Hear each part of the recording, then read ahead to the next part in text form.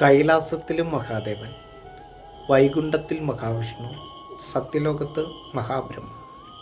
ഇവർ 3 പേരും 3 ലോകത്ത് വസിക്കുന്നു എന്ന് പറഞ്ഞാൽ നമ്മൾ എന്താണ് അർത്ഥമാക്കേണ്ടത്? ഈ 3 പേരും എന്നാൽ ഒരേ സമയത്ത് ഒരു ശരീരത്തിൽ വസിക്കുന്നു. അപ്പോൾ എങ്ങനെയാണ് ഈ 3 ലോകത്തിൽ കഴിയുന്നവർ ഒരേ ശരീരത്തിൽ വസിക്കുന്നത്?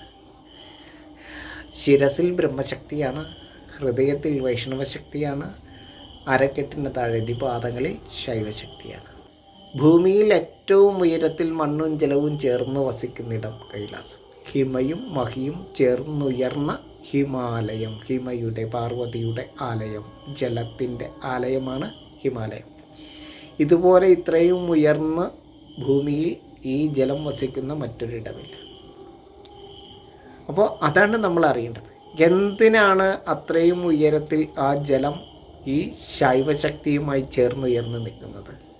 ഈ ശൈവശക്തിയുമായിട്ട് ചേർന്നുയർന്ന് നിൽക്കുന്നത് നമുക്ക് ജീവലോകത്തിന് വിലാസം സൃഷ്ടിക്കുന്നതിന് വേണ്ടിയിട്ടാണ് കൈലാസം. ശിവൻ എന്ന് പറയുന്നത് മണ്ണാണ്, പാർവതി എന്ന് പറയുന്നത് ജലമാണ്.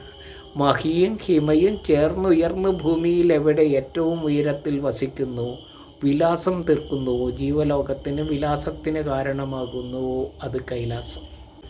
ഇനി മഹാവിഷ്ണു വസിക്കുന്നതോ?